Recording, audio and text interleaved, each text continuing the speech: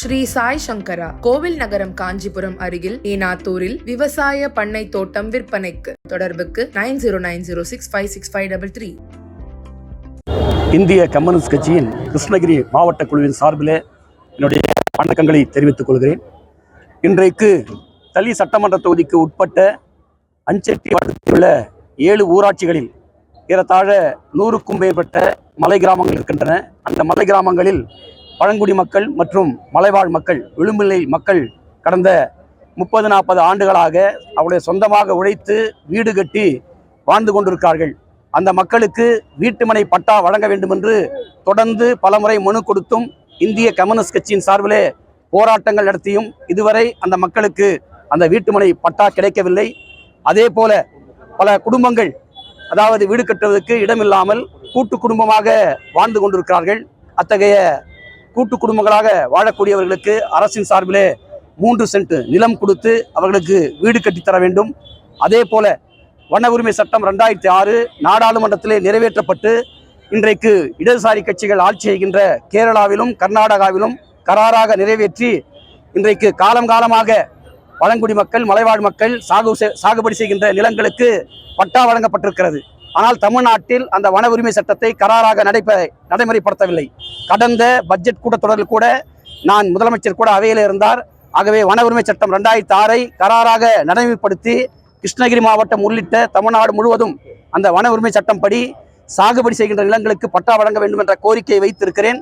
வருகின்ற வருவாய்த்துறை மானிய கோரிக்கை மீதும் இந்திய கம்யூனிஸ்ட் கட்சியின் சார்பிலே பேசும்போது இதை நாங்கள் வலியுறுத்த இருக்கிறோம். அதே போல இந்த பகுதி இன்றைக்கு காவேரி வடக்கு யானைகள் சரணாலயம், காவேரி தெற்கு யானைகள் சரணாலயம் என்று சரணாலயமாக அறிவித்த பிறகு இன்றைக்கு கிராமங்களிலே அதாவது சாலை போட இன்றைக்கு வனத்துறை நிர்பந்தனை ஏற்படுத்துகிறது.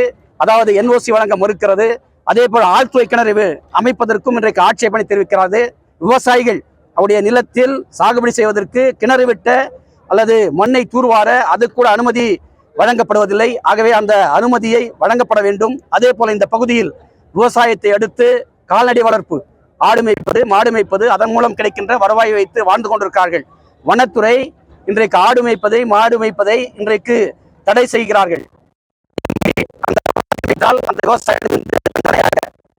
வசூல் செய்யறாங்க 5000-10,000 சொல்லி, அதை நிறுத்தி கொள்ள வேண்டும். அதே போல இன்றைக்கு தளி தொகுதியில் தொடர்ந்து யானைகள், காட்டு பன்றிகள் விவசாயிகளுடைய நெல், கரும்பு, வாழை உள்ளிட்ட அனைத்து பயிர்களையும் சேதப்படுத்துகிறது. அதற்கு அரசின் சார்பில் வழங்குகின்ற நிவாரணம் போதுமானதாக இல்லை. அந்த நிவாரணத்தை உயர்த்தி வழங்க வேண்டும் என்று சட்டமன்றத்தில் பேசி இருக்கிறோம். அதோடு மட்டுமில்லாமல் எவ்வாறு நெல்லுக்கு காப்பீடு செய்கிறார்களோ அதே போல அந்த இன்சூரன்ஸை வனவிலங்குகளால் ஏற்படுகின்ற பயிர் சேதத்துக்கும் இன்சூரன்ஸ் செய்யப்பட வேண்டும் என்று சட்டமன்றத்திலே கோரிக்கை வைத்திருக்கிறேன். வருகின்ற வனத்துறை மானிய கோரிக்கையிலும் பேசும்போது அந்த கோரிக்கையை வைக்க உள்ளேன்.